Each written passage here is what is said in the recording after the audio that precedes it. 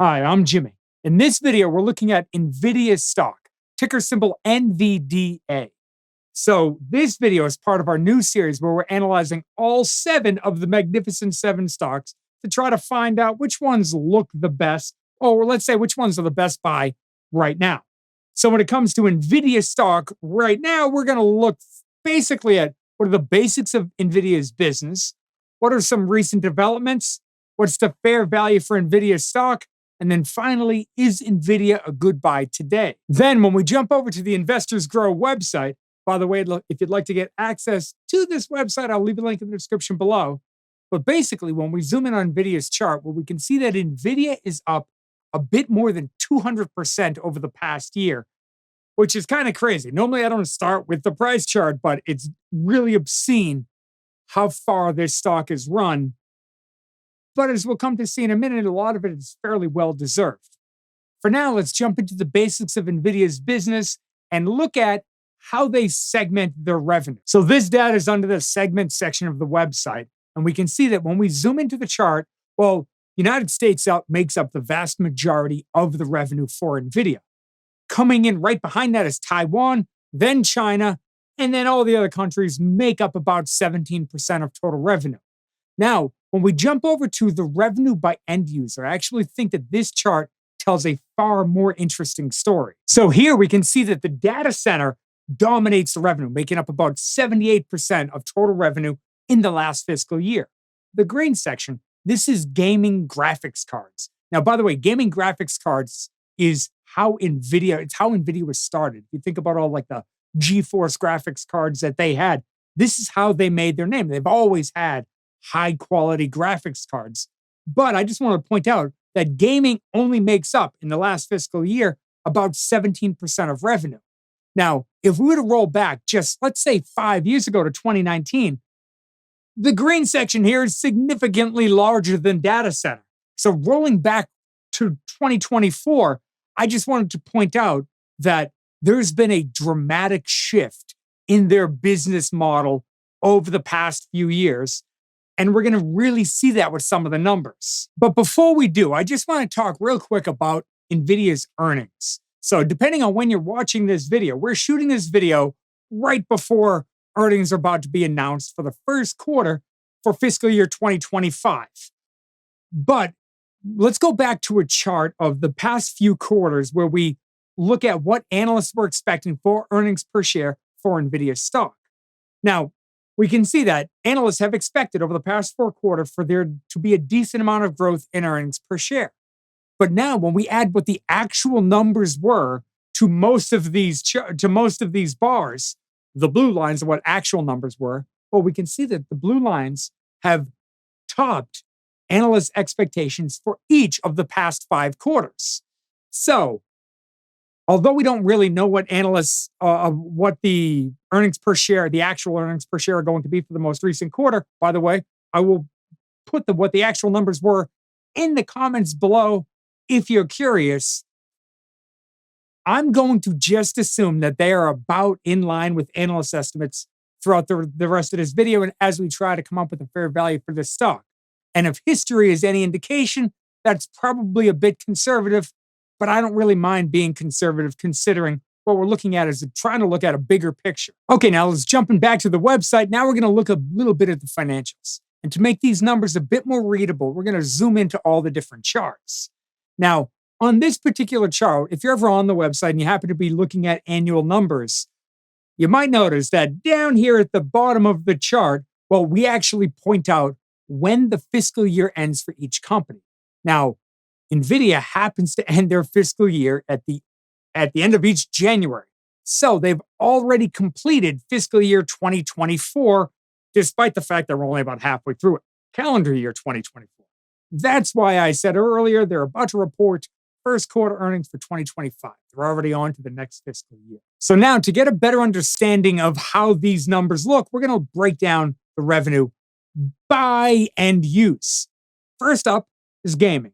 Now, we saw this before. It's about 17% of total revenue. And we can see that gaming, although a little bit volatile from year to year, has overall been fairly good. And again, this has been NVIDIA's bread and butter.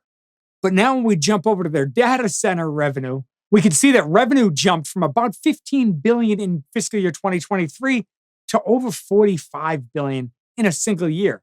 So when we jump back to our traditional revenue chart, well, if we're curious why there was such a massive jump in the numbers in a single year, clearly it's been being driven by the data center. Okay, now let's look at some more key numbers. Next up, we got gross profit. As you might expect, huge jump in revenue. We also had a huge jump in gross profit. But I think where we can really see this story is when we look at gross profit margins. Gross profit margins over the past decade, by the way, this is a 10-year chart. Although it hasn't gone up every single year, it's gone up many years. And this is a good sign for their business anyways. Many times you might hear Buffett talk about a company having a moat. Often, improving margins, or at least stable margins, can be a good indication of a moat. Companies that don't have much of a moat tend to have their margins be very, very small. Nvidia is sitting on north of 60%. Right now, they're north of 70% gross profit margins, which is real impressive. Now, one of the reasons that they've been able to improve their profit margins as much as they have is because they put a decent amount of money into research and development. In fact, research and development makes up the vast majority of their operating expenses. The green bar here is their operating expenses. The light bluish, grayish color bar makes up their research and development. And we can see most of their operating expenses of research and development. And that's how you maintain a moat. Now, logically, this leads to an excess amount of cash for the company. In fact, this is cash and short-term investments on a quarterly basis for Nvidia going back the past decade. And overall, they've gradually increased the amount of cash that they're carrying. But I think the bigger thing is when we compare it to total debt. So I'm just talking cash and short-term investments, not all assets, just cash and short-term investments. Compare that to debt. Well, we can see in the most recent quarter, since the most recent quarter is by far the most important number, there is a ton of excess cash. They have $10-15 billion in excess cash after they were to pay off all of their debt. That leads us to stronger than we might expect free cash flow. Now, clearly, when we're looking at this chart, we can see that free cash flow, much like revenue, much like gross profit, much like their entire business, data center in particular, free cash flow had a massive jump up to about $27 billion in free cash flow. And analysts are mostly expecting that to continue. We can see when we add our first year of analyst estimates, well, they're expecting that $27 billion to go to about $53 billion. When we add another year, we get up to about $71 billion. And then finally, the third year brings us to about $73 billion. Well, we also can look at how many analysts we have projecting the number. We take the median number, the middle number out of, so if we have 28 analysts in the first year, well, what is the middle number? In this case, 53 billion. Well, one advantage of using analyst estimates like this is on the website, we use those analyst estimates to try to calculate the fair value for Nvidia's stock. Now, when we jump over to the fair value, the stock looks way overvalued. The fair value here comes out to be about 434. The stock is trading at about 950. Now, when we jump back to the free cash flow chart, I just want to explain real quick why that would happen. So the reason the fair value would look so far off is basically what's happening is we take our analyst estimates for the next few years, and then we essentially, what discounted cash flow does is it goes, okay, year 1, year 2, year 3, and then it grows by our perpetual growth rate. Our perpetual growth rate is set to 2.5%. But essentially, that means that what is the stock going to grow at forever? We assume 2.5%. That's about in line with the long-term growth rate of the US economy. Typically, you don't want that number to be too high. I mean, if we said something like 5% perpetual growth rate, just so we're clear, we're saying if the US grows at 2 or 3 or 4% and NVIDIA grows at 5, at some point, NVIDIA is going to be bigger than the US. That's illogical. 2.5% is a nice conservative number. So when we look at this chart here, well, it doesn't make a ton of sense. It's illogical for NVIDIA for us to say it's going to grow from a little over 20 billion up to 70 billion, then slam on the brakes and go to 2.5%.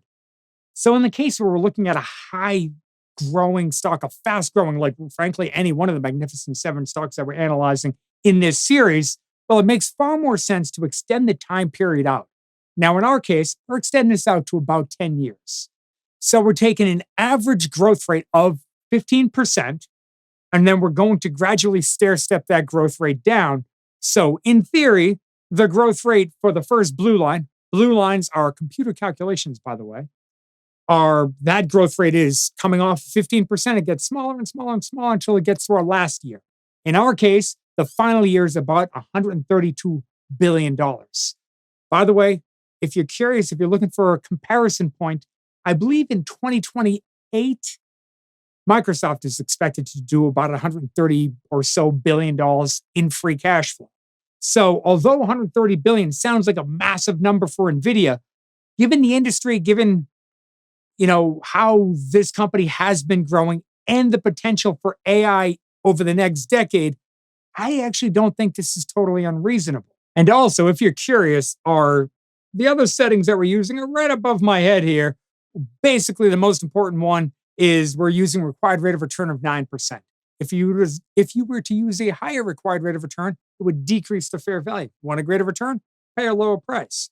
So, using our now 10 years of free cash flow numbers, jumping back to our fair value calculator, well, we can see now the fair value comes in just shy of $600.